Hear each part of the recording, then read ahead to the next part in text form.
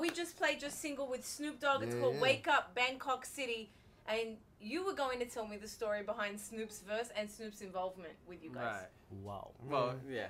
So start. I mean, about... It's a long story. Kind of like a year and a half. Let's try and make it short.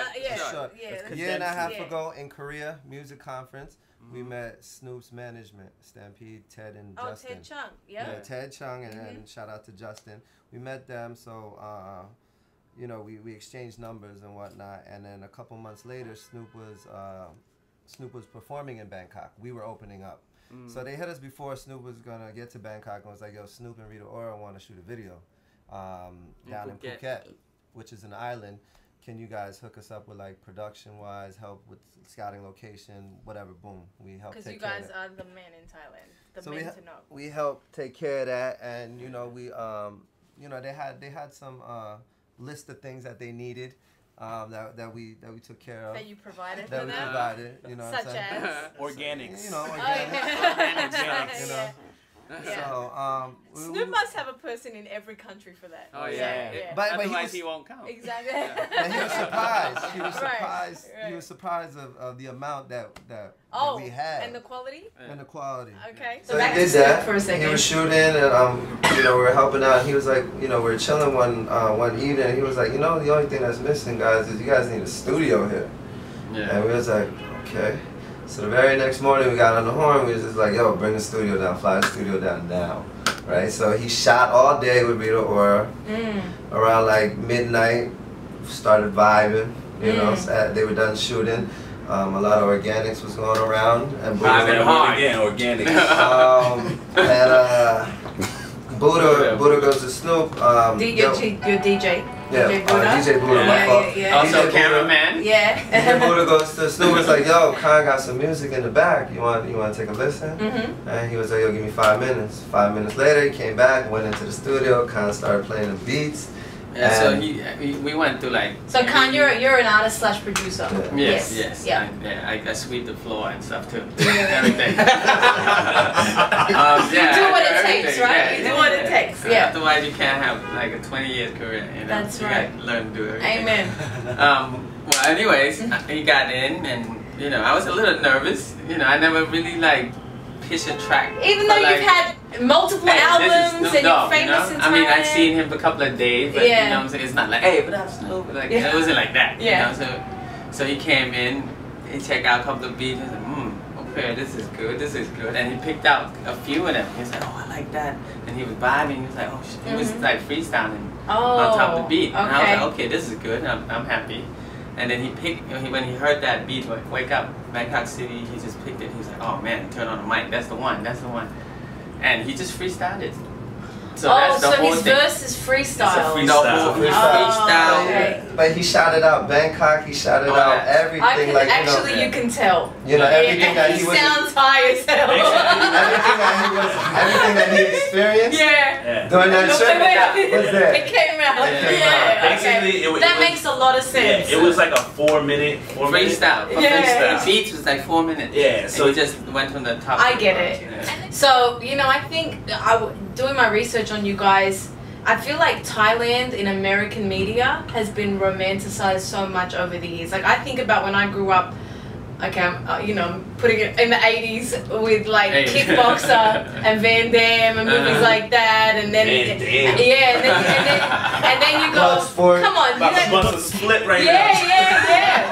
So those kickboxing movies are some of my favorites. Bloodsport, exactly. All those movies, even to today, like with The Hangover 2, with The Hangover 2. Do you feel that way, that there's a misconception almost of Thailand from the movies? You know how they like to portray other places, but you know there is some of that. There's some truth in it, but you know it's Thailand, Bangkok. Let's say Bangkok. Bangkok is like a first world city.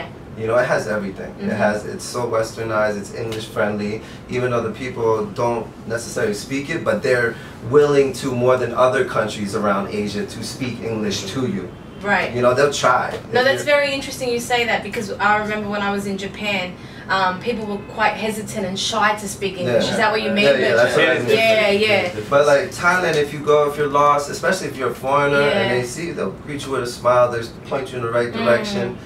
You know, so it's you know. Yeah. So some of the movies, they definitely shine a light on a certain aspect of the culture, but there's so much more to it, obviously. But you have to go to Thailand to experience that for yourself.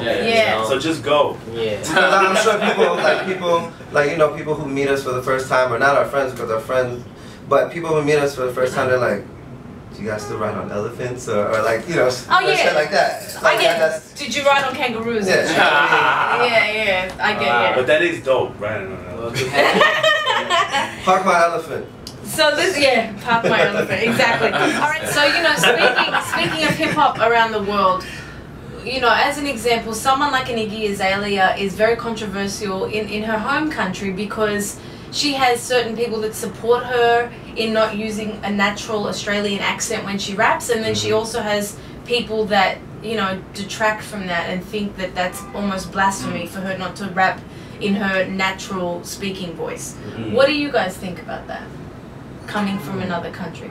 I mean, if somebody was telling us that in Thai, which somebody tried, because our music was so Americanized, and some people are like, why are they so Americanized? They don't know Thai. Are they Thai? Why are they doing that?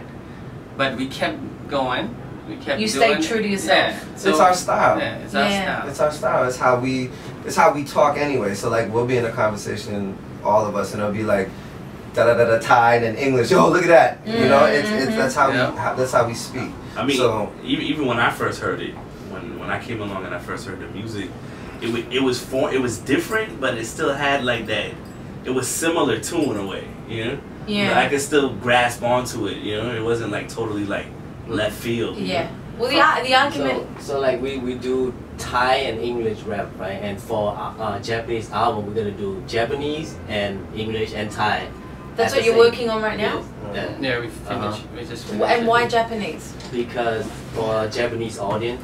Yeah, we go on tour there a lot. Okay. And we have a lot of people that we collaborate with. So we decided to drop a Japanese album. So it's like.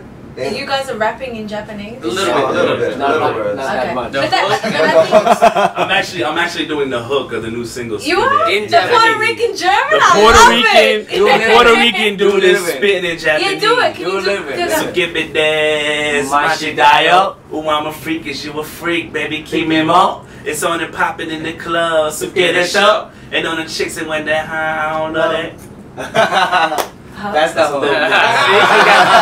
That's a little mix. She with it.